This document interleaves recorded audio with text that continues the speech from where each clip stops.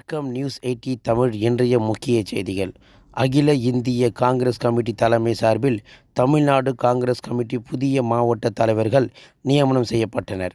இதில் திருவள்ளூர் தெற்கு மாவட்ட காங்கிரஸ் தலைவராக கங்கை குமார் அவர்கள் நியமனம் செய்யப்பட்டார். இந்நிகழ்வில் திருவள்ளூர் பாராளுமன்ற உறுப்பினர் சசிகாந்த் செந்தில் அவர்கள் கலந்து கொண்டு சிறப்பித்தார்.